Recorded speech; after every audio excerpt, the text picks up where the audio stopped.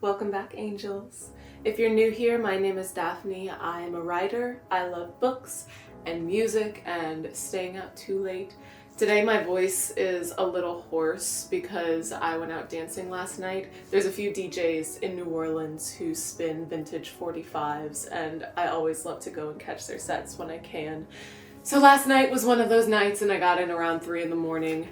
And I was singing along to all the songs as I was dancing, and and now my voice is very hoarse. But it's the end of 2025, or at least we're a few weeks out from it, and I wanted to share my top 5s of 2025 for my very third video. So today I'm gonna go through my top 5 books that I read this year, my top 5 albums that I listened to this year, and then my top 5 loves, my top 5 things that I just loved this year and want to share with everyone as we're closing out the last couple weeks of 2025.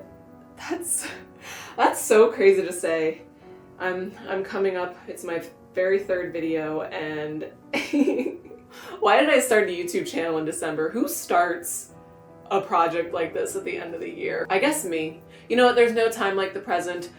January is an arbitrary start date for us, and if I want to start a big project at the end of the year, I can, because time is something. Because none of it means anything except to clock in and clock out of work, and I'm sick of that. Okay, let me get off my anti-capitalist rant, because that's where this is heading. So, let's talk about fun things. Like my top 5 books of 2025. I'm not revealing them to you yet, but I will reveal them to you right now. Number 5 on the list. Klara and the Sun by Kazuo Ishiguro. I didn't expect to love this book as much as I did, just because I don't tend to gravitate towards contemporary fiction. First of all, it's about AI, which I found fascinating that this book was published before ChatGPT even came onto the public market. The basic synopsis of this book is that it's about Klara, who is an artificial friend, essentially an AI robot doll meant to be a companion to children and young teenagers. It's some sort of future wherein children get lifted. We don't quite know what being lifted means, other than that it changes your genetic makeup. It is supposedly makes children more intelligent, and there is a serious risk of illness that could result in the death of the child. And the child that she gets assigned to has that illness. Overall, the amount of things that was packed into this book absolutely impressed me. And I don't want to give too much away, but I found it to be an incredible novel about both humanity and grief. The core of it, it really comes down to what makes us human, and can human beings be replaced? This book did such a good job of showing us that even though it's in the perspective of the robot, we see her inner thoughts, we see her inner workings as she's describing it. There's always something missing from her perspective. I love unreliable narrators. So the unreliable narrator of Klara, who at times you almost want to forget that she's a robot, and you want to give her humanity that she just does not have. But there's always something that pulls you back. There's always something that reminds you that at the end of the day, she's a machine. There's so many themes in this book wrapped up together that it blows my mind that it was published before generative AI became what it is today. Part of me wonders if Kazuo had seen the writing on the wall and decided to write this novel, or if it was just the most ironic timing ever for this novel to come out when it did. But in today's day and age, I do highly recommend reading this. What makes us human? Even a doll that's meant to look and act as human as possible is not and cannot empathize with us as we empathize with one another. Excellent book. Number 4. I mentioned this one in my last video. City of Night by Rechy. It's a long one. It's about 500 pages long. It is a piece of autofiction by John Rechy, who was a hustler in the 1950s. It does not follow the traditional narrative structure that we're used to in our novels. It is more of a series of vignettes of the people that he met and had relationships with during his time as a hustler. So we get a peek of what it was like to be queer and trans in the 1950s, seeing how people lived, and you know, how you had to descend into the underground in order to live your life authentically as you wanted to do it, as well as his own story of his own acceptance and coming to terms with himself in just a very real, authentic book. It makes it one of my favorites. Number 3. This is a very recent one. I just finished this one last week and it quickly became one of my top 5. The Neon Bible by John Kennedy Toole. John Kennedy Toole is best known for The Confederacy of Dunces, which is his novel about New Orleans, a very humorous comedic novel that won him a Pulitzer Prize. It was published after his death, and then this one they found among his things. There was a whole legal mess tied up with his family, blah, blah, blah. This one didn't get published until after his mother died. His mother was the one who pushed for Confederacy of Dunces to be published. So this one he wrote at 16 years old, but it got published second. Reading this and knowing that a 16-year-old wrote this makes me feel very behind in my own writing skill. Wow, this is very different from Confederacy of Dunces, and it makes me quite impressed at his range, and it makes me mourn the novels we could have gotten had he not taken his own life. I would consider this to be a Southern Gothic. It is set in a small town in Mississippi. It is a coming-of-age story about a boy from the age of 4 all the way until he runs away from home at the age of, I believe, 19. He got the idea for the book when he took a trip down Airline Highway with his family, and there was a big non-denominational church that had a huge neon Bible mounted to the top of it that just glowed in the night and was like a big beacon of Christianity. The way that he paints this small town and every single character feels so real, and ultimately it's about a child who doesn't fit in, his entire family doesn't fit in. He does a good job of portraying the politics of a small town, which I personally love reading about in books. And this one's set in the 30s and 40s, so the Great Depression and World War II, and seeing how these large national and global events shaped even the tiniest of towns. If you're looking for a Southern Gothic, this is the one for you. Fast read, interesting read. It's gonna send you down some rabbit holes. Number 2, I'm 3 for 3 on mentioning this book. Just Kids by Patti Smith. I read this one back in October. Yeah, it is everything I could ever want in a book.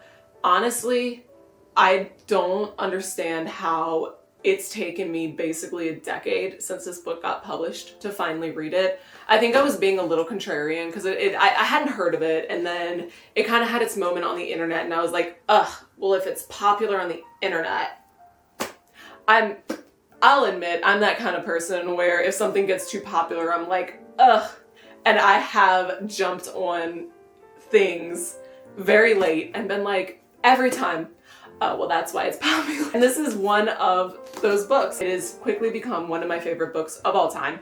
A memoir by Patti Smith about her and her artistic life, romantic, friend, partner, everything, Robert Mapplethorpe.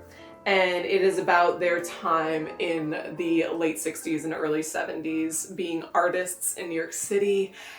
And you just get to read about the artistic underground in New York City, and you get to be really sad that that sort of vibe doesn't exist anymore. Like, even the Chelsea Hotel is more of a monument nowadays than it is an actual place for artists to convene and congregate and live and work.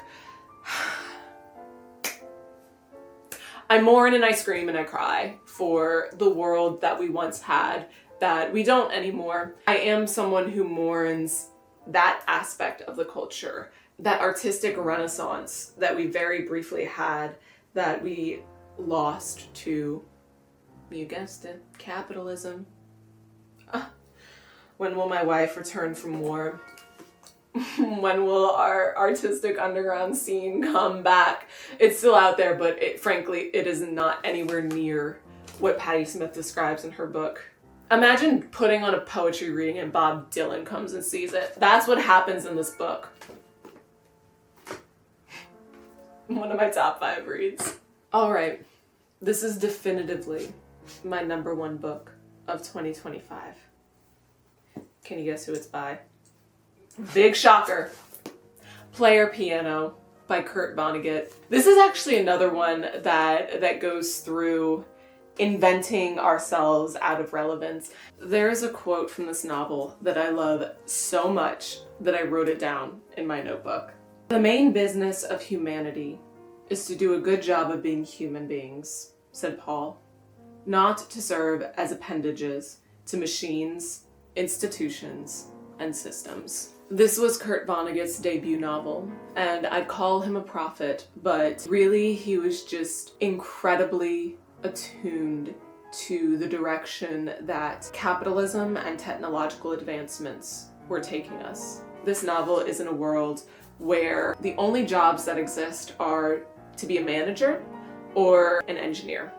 And if you are not a manager managing the engineers or an engineer inventing new machines, you are a reek or a wreck, which is essentially a laborer. And the majority of people in America are reeks and wrecks, and their entire lives have been convenienced to the point of apathy and despair.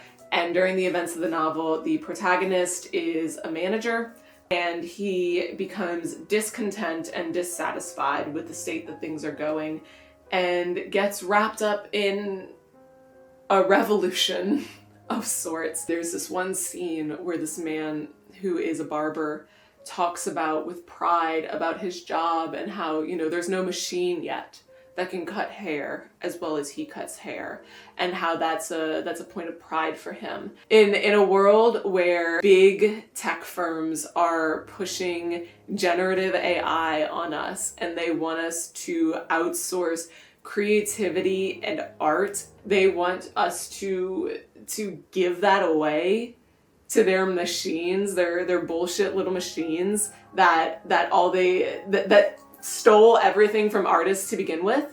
This is the best book I've read this year, and I'm glad that I read it this year. I think it came to me at the exact right time. If there's any book in this list that you read, please let it be this one, because it gets to the heart of why we need to stop. And we as in humanity, I know it's not you and me that's inventing all of this crap. If we listened to Kurt Vonnegut, I feel like the world would be a better place. And the man knew what he was talking about when it came to humanity. The purpose of life is to putter around.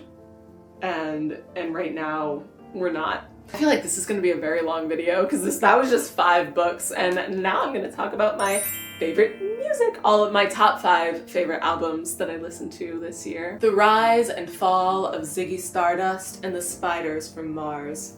I know it's very strange. You'd think I would have listened to this album before now, but I haven't. Because I've really only listened to his most popular songs, I've sort of listened to this full album, just not in order, but I am an album listener. I love to listen to albums in order, and I love glam rock. So the fact that this is one that has been missing from my list, I needed to amend immediately, and it became one of my top 5. This is what I find interesting about David Bowie. David Bowie started his career as an ad man. He worked in an ad agency, and that really informed how he approached specifically his personas. He was the artist, in my opinion, who invented the concept of defined eras, of an artist, specifically a musician, who defined a persona that was a little bit detached from their own self as an artist and built an entire concept around it. This is something that's very common nowadays in pop music, and he's the father of it. I think it was 1973 when he went on stage and said Ziggy Stardust is dead. He killed him. and he moved on to the next project. David Bowie very much took his inspiration in this album from blues musicians, as most British rock artists from the late 60s, early 70s did. You can hear it in Soul Love, you can hear it in 5 Years, you can hear it in It Ain't Easy, you can hear it all over the album. I see why this is a defining piece of work, and I think my favorite song, it's hard to pick because this is where a lot of his iconic songs come from.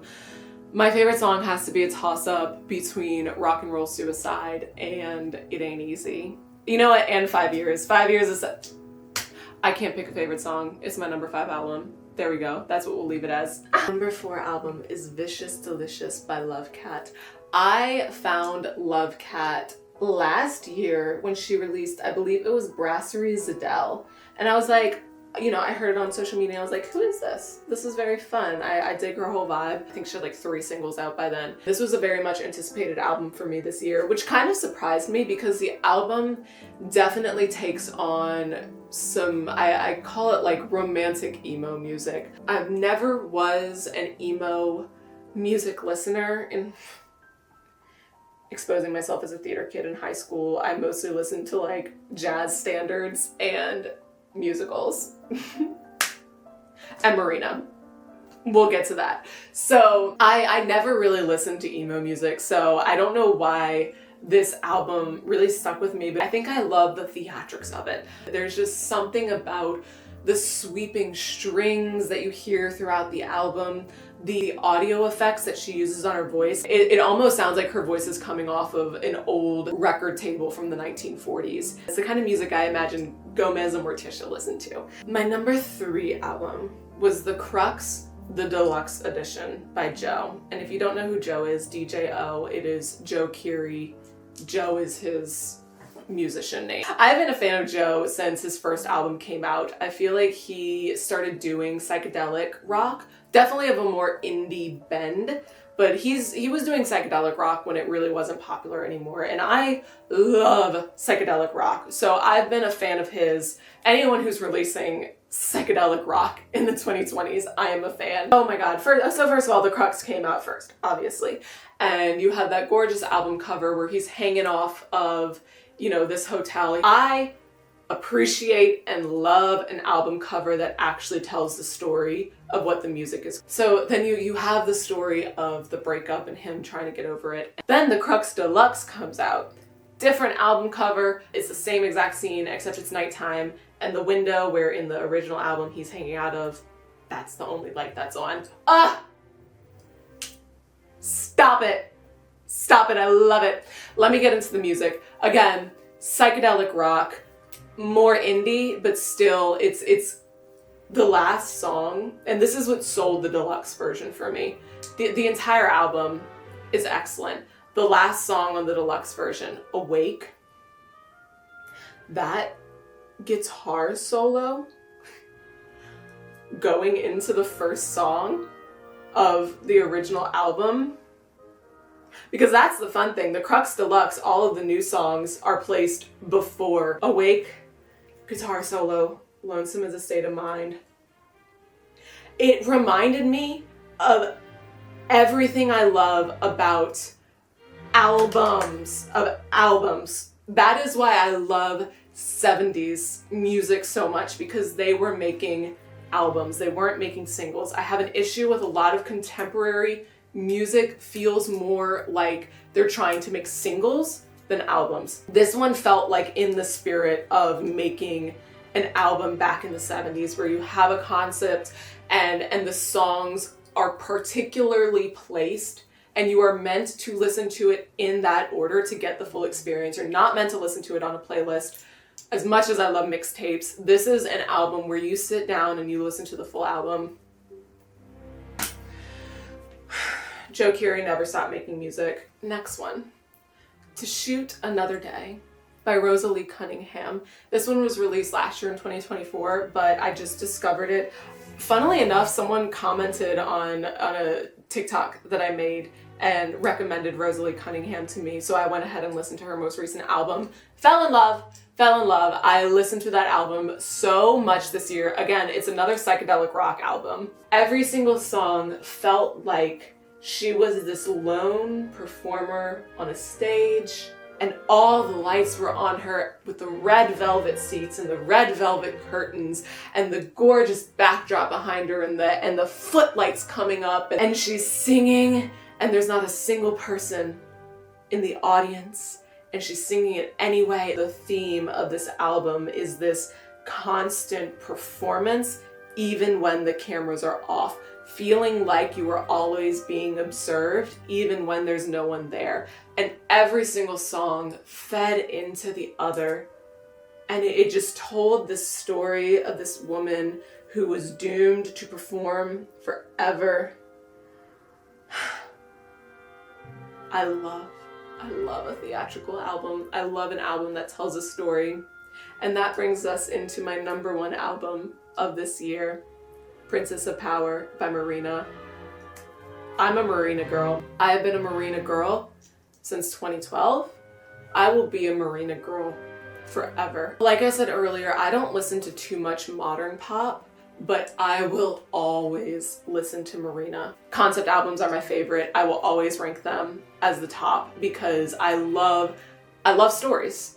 I'm a writer. I'm a performer. I love theater. I love movies. I love books. I love television, and I love stories. So music, albums that tell a story will always come out on top for me. And I personally feel like Marina is at her strongest when she is making a concept album. I mean, her first two albums, The Family Jewels and Electra Heart, are her two most famous albums, her two most iconic albums, and they're both concept albums. Princess of Power almost feels like an evolution of those two albums, specifically because it comes back to the subject matter of persona. And in this case, because the album is wrapped around this idea of a video game, it brings up the question of the dehumanization of people online. It feels like she has grown up, she has come into herself, and she is rejecting that dehumanization. So it's playing with this idea of stepping out of the screen and finding real life love and connection and letting yourself be vulnerable. So it feels like Electra Heart grew up and found herself again and found her heart, and we've now got Princess of Power. Princess of Power became my number one listen to album this year, specifically because I listened to Princess of Power nonstop for a full month after it came out. I was working on a lot of sewing projects, and all I did was listen to Princess of Power on repeat. And I still, when in doubt, put on Princess of Power. That's what I've been doing.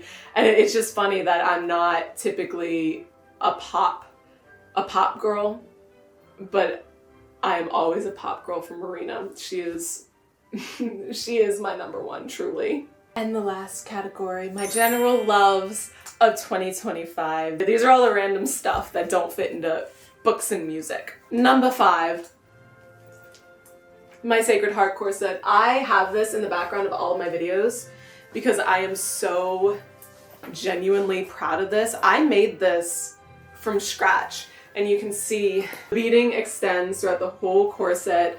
I hand covered every single rivet. I have my little, because I have to prove that I'm the one who made it. This took me 4 months to make. All of this hand beaded. Totally hand beaded. And this is why it's in the background of all of my videos, because I'll admit I'm a little scared to wear it because it is so labor intensive to make this, but I am so beyond proud of this. I had never done a hand beading project before, but I got really obsessed with Vivienne Westwood corsets earlier this year, and I'm also obsessed with Sacred Hearts, and I was like, you know what? Let's combine the two. And that's what I did.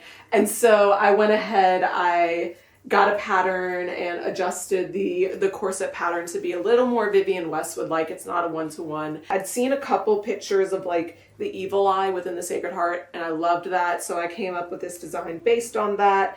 And I went to town. I finished 4 audiobooks beating this. I finished Dairy Girls, and so this is one of my favorites. It was a lot of fun to make. It was incredibly tedious. I'm not gonna lie. It was a very interesting project to take on. My most ambitious sewing project yet. This is definitely more of an art project than it is a fashion piece. There we go. And that's why she's there in all of my videos, because I wanna show her off. Number 4 is my Sacred Heart locket. Like I said, I have a thing for Sacred Hearts. I'm not Catholic anymore. For context, I was raised Catholic. I'm from New Orleans. All of us are raised Catholic here. Catholics get a lot wrong, but they get the aesthetics right. Fun story about this. So I found this on eBay. It's a vintage locket with a Sacred Heart. I was in a mansion doing an event. I was doing an event at this mansion in the French Quarter a couple months ago. When I was there and I was cleaning up and I was decorating and all that stuff, I stumbled across, let's open it. This, is it gonna show? Beauty influencer time. This little Sacred Heart, I don't even know what to call that. It's not a medallion. There's no hole to put a necklace through. So it's just like a little Sacred Heart thing. It was kind of blended into the bricks, and when I was placing some chairs outside, I found it on the ground and I rescued it. And no one knew who it came from. No one knew what it was for. The mansion we were at is incredibly haunted. It was owned by the mafia. There's a bunch of shit going on with that mansion. I took it because I think the house wants me to have it. I haven't gotten any hauntings yet, so I don't think this itself is haunted, but I think the house wanted me to have it. And so I put my Sacred Heart in my Sacred Heart locket. I was looking for something to put in my Sacred Heart locket, and so why not put a Sacred Heart in my Sacred Heart locket? And that's where it lives, safe and happy. And it makes me happy. So this is one of my number 4 favorite thing of this year, is my Sacred Heart locket. My number 3 favorite thing of this year. This is one of my Blue, put your tail down. Be Polite. It's called Anastasia by Bourbon French. The Bourbon French is a local perfumery here in New Orleans. They closed down their physical shop and they're only online now, which breaks my heart. But Anastasia is my, can you see it? Will it focus? Beauty influencer.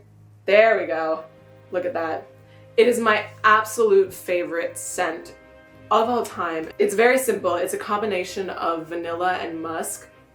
And how do I describe the scent? It takes me back to the jazz age, to the 1920s.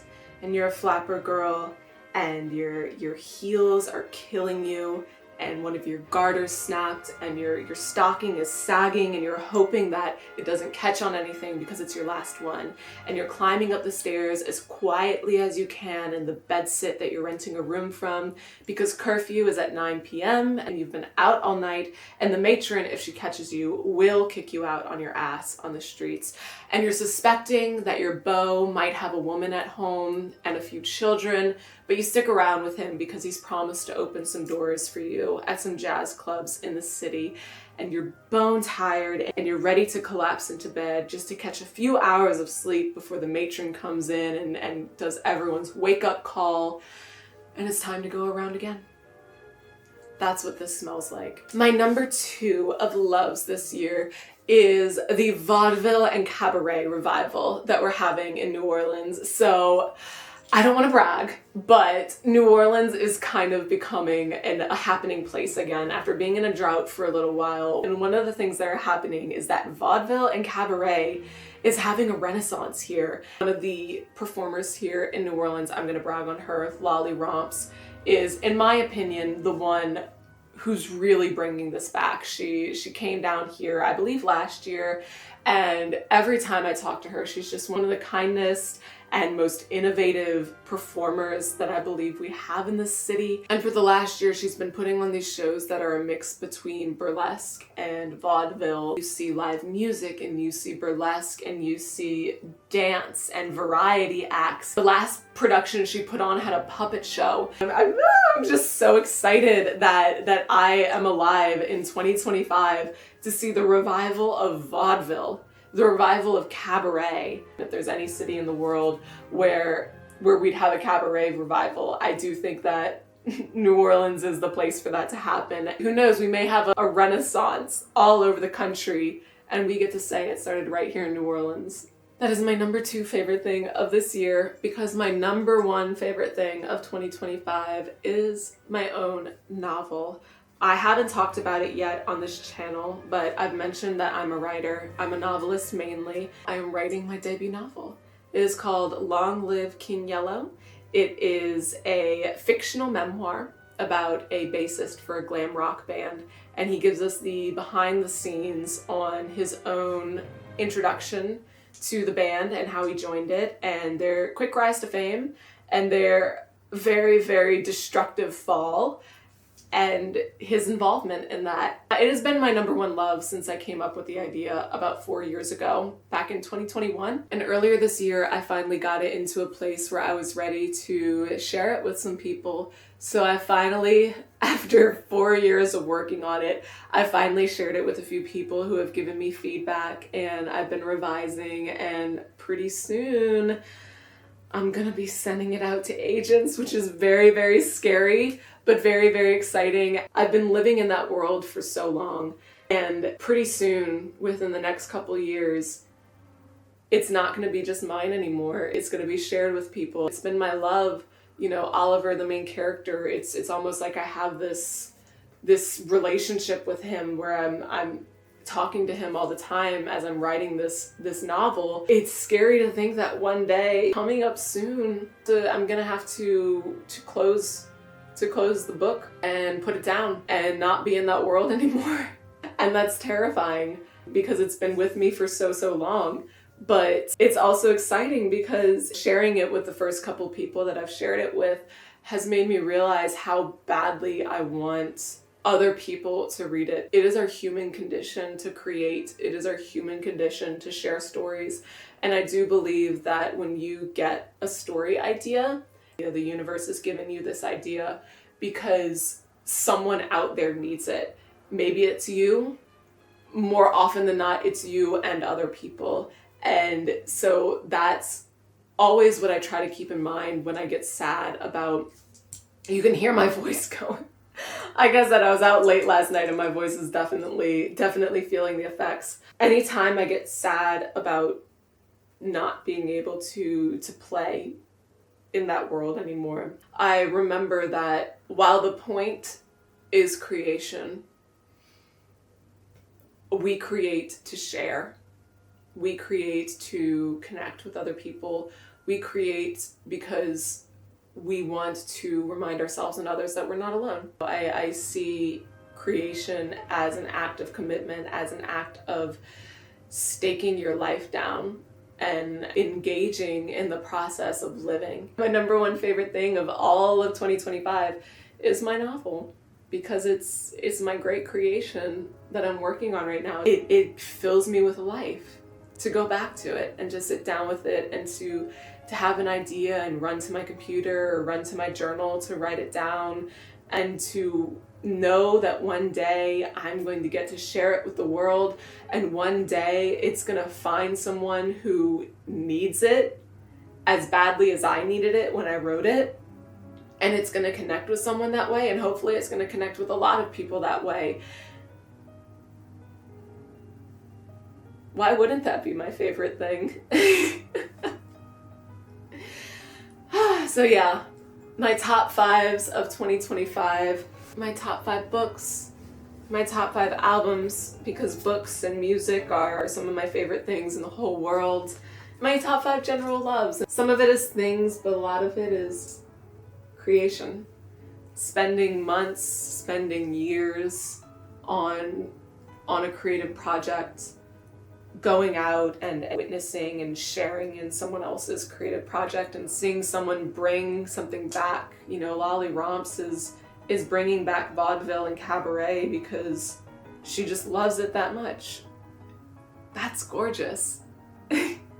I don't quite know how to end this.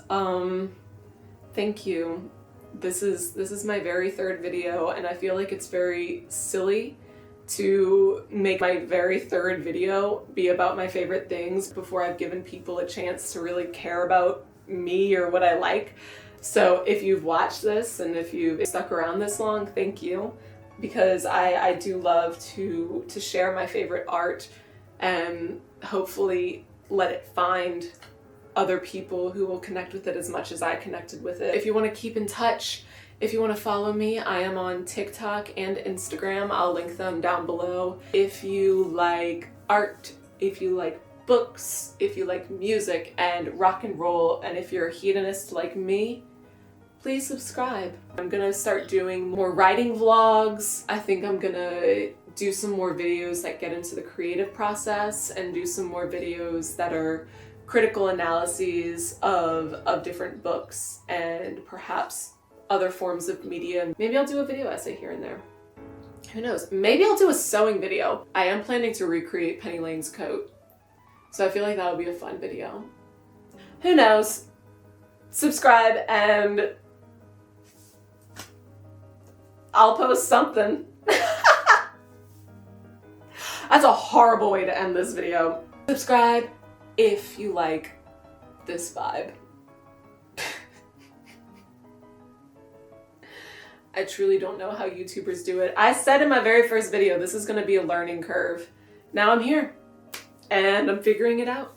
And if you wanna figure it out with me, and you wanna hang out with me while I stumble through all this and have quite a lot of fun doing this, because this is a lot of fun, subscribe, and let's hang out. Thank you for watching. I will see you in the next one.